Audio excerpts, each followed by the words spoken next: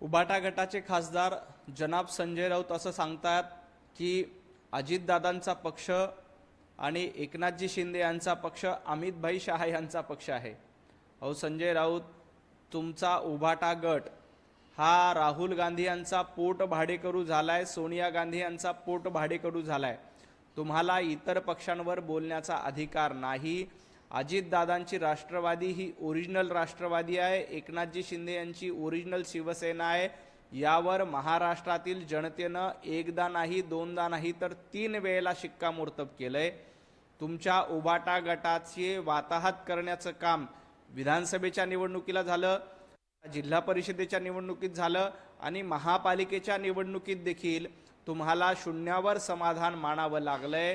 तुमचा पक्ष शून्यामध्ये हरवलेला आहे हे देखील महाराष्ट्रानं बघितलंय।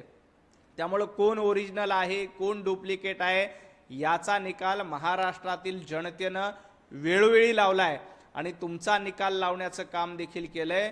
तुम्ही राहुल गांधींचे पोट भाडेकरू आहात, सोनिया गांधींचे पोट भाडेकरू म्हणून तुमचा पक्ष चालवता हे देखील महाराष्ट्रानं ओळखलेलं आहे।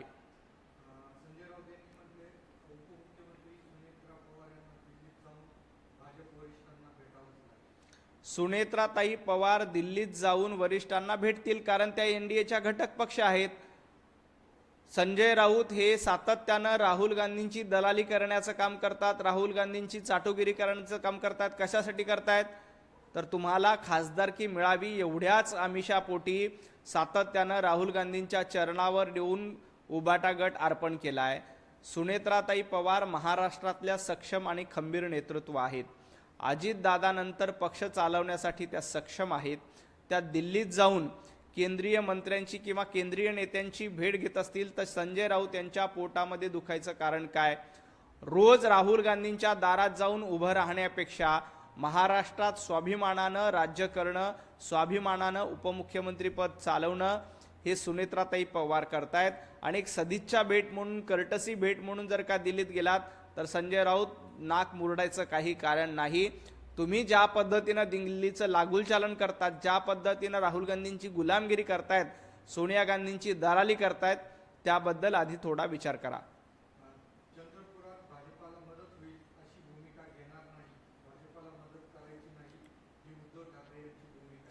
चंद्रपूर महापालिकेमध्ये थोड्याच वेळात स्पष्ट होईल की सरकार कुणाचं येणार आहे, कशा पद्धतीनं गणित जुळणार आहेत।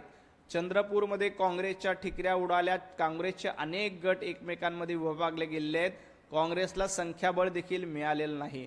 उबाटा गटाची काय भूमिका येत असते ही देखील आपल्याला थोड्या वेळात कळेल। चंद्रपुरामध्ये अनेक सरप्राइजेस बघायला मिळतील।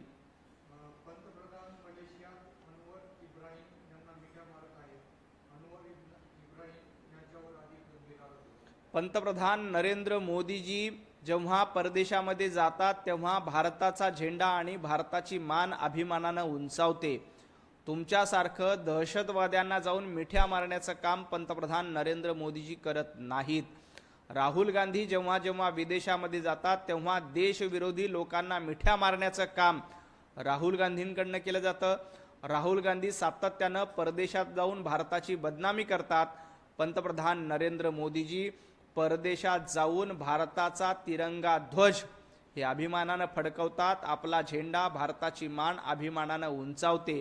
तुमच्यासारखं जेव्हा काँग्रेसचं सरकार होतं तेव्हा दहशतवाद्यांना बिर्याणी खाऊ घालणं, दहशतवाद्यांची गळाभेट करणं, दहशतवाद्यांना रेड कार्पेट टाकणं हे काँग्रेसचं धोरण होतं।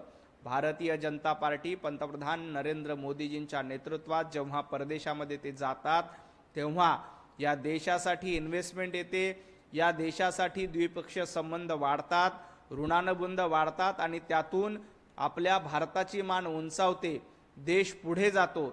संजय राऊत राहुल गांधींची चाकरी करून, राहुल गांधींची गुलामी करून तुम्ही देशाची बदनामी करू नका।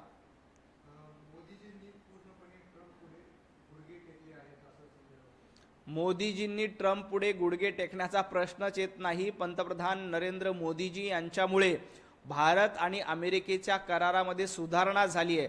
जवळपास 50% टॅरिफ होतं ते घटून आम्ही 18% आणलंय। हे पंतप्रधान नरेंद्र मोदीजींच्या सक्षम नेतृत्वामुळे झालंय। भारत आणि अमेरिका आज एकमेकांच्या बरोबर उभे आहेत। याआधी जेव्हा भाजपचं सरकार नव्हतं तेव्हा देशाची अर्थव्यवस्था 11व्या नंबरला होती. हे संजय राऊत विसरलेत का? पंतप्रधान नरेंद्र मोदींच्या नेतृत्वात सरकार आल्यानंतर देशाची अर्थव्यवस्था 3ऱ्या क्रमांका आली. हे देखील संजय राऊतांनी लक्षात घेतलं पाहिजे. पंतप्रधान नरेंद्र मोदीजींसारखं नेतृत्व असल्यामुळे आपली अर्थव्यवस्था अधिक गतीने विकासाच्या दृष्टीने पाऊल उचलते. संजय राऊत, तुम्हाला मात्र ते ध्यानात येणार नाही, कारण तुम्ही मोदी द्वेषाने पछाडलेले आहात, तुम्ही भाजप द्वेषाने पछाडलेले आहात. त्यामुळं तुम्हाला भारताच्या प्रगतीमध्ये देखील अधोगती दिसते. हे तुमचं दुर्दैव आहे.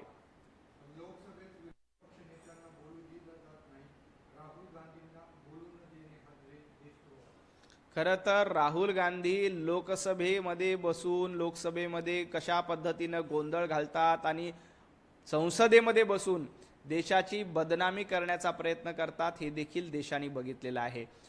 मनोज नरवणेंचं पुस्तक प्रकाशित झालेलं नसताना त्याचा संदर्भ देऊन देशाची बदनामी करण्याचं कटकारस्थान राहुल गांधींच्या माध्यमातून झालंय. याला दुर्दैवानं संजय राऊत आणि उभाटा गट समर्थन देत आहेत.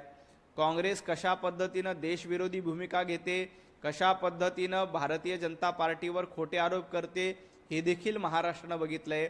राहुल गांधींचा खरा देशद्रोह काय आहे तर आपल्या देशाची बदनामी करणं, आपल्या देशाला खाली मान घालायला लावणं हा खरा देशद्रोह असतो. आणि ते देशद्रोह करण्याचं काम राहुल गांधींकडनं केलं जातंय, संजय राऊत यांच्याकडनं देखील केलं जातंय.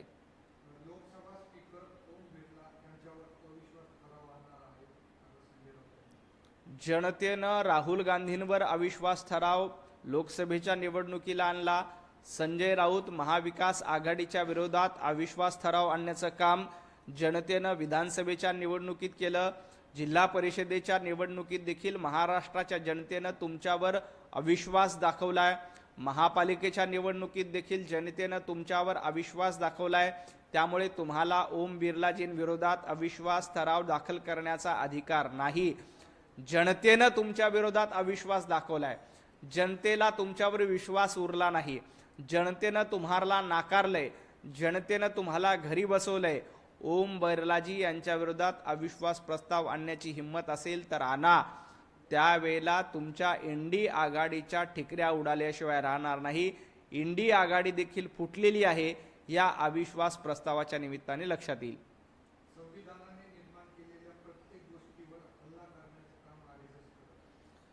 राष्ट्रीय स्वयंसेवक संघावर टीका करण्याचा अधिकार संजय राऊतांना नाही. राष्ट्रीय स्वयंसेवक संघ हा संविधानाला मानतं, महामानव डॉक्टर बाबासाहेब आंबेडकरांना मानतं आणि महामानव बाबासाहेब आंबेडकरांनी जी शिकवण दिली ती शिकवण पुढे घेऊन जाण्याचं काम प्रत्येक भारतीय नागरिक करतो. संजय राऊत संविधानाची हत्या करण्याचं काम काँग्रेसनं केलं होतं. संविधानाला पायदळी तोडवण्याचं काम इंदिरा गांधींनी केलं होतं. महाराष्ट्रामध्ये महाविकास आघाडीचं सरकार असताना संविधानाला पायदळी तोडवण्याचं काम तुम्ही केलं होतं.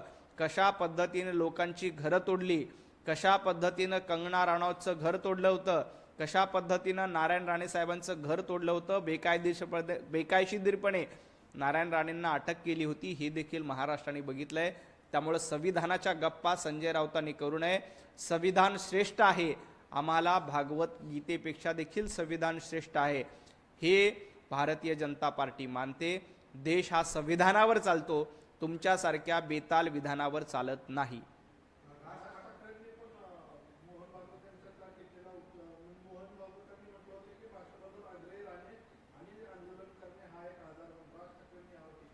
आपल्या मातृभाषेवर प्रेम असणं याला काही चुकीचं नाही, परंतु मातृभाषेवर प्रेम दाखवत असताना दुसऱ्या भाषेचा द्वेष करणं हे चुकीचं आहे. मोहनजी भागवत यांच्या वक्तव्याचा इतकाच अर्थ होता की आपण मातृभाषेवर प्रेम करावं, परंतु आपली मातृभाषा नाही इतर भाषेचा द्वेष करू नये. सातत्यानं इतर भाषेचा द्वेष करायचा आणि मातृभाषेवर प्रेम दाखवायचं हे धोरण चुकीचं आहे.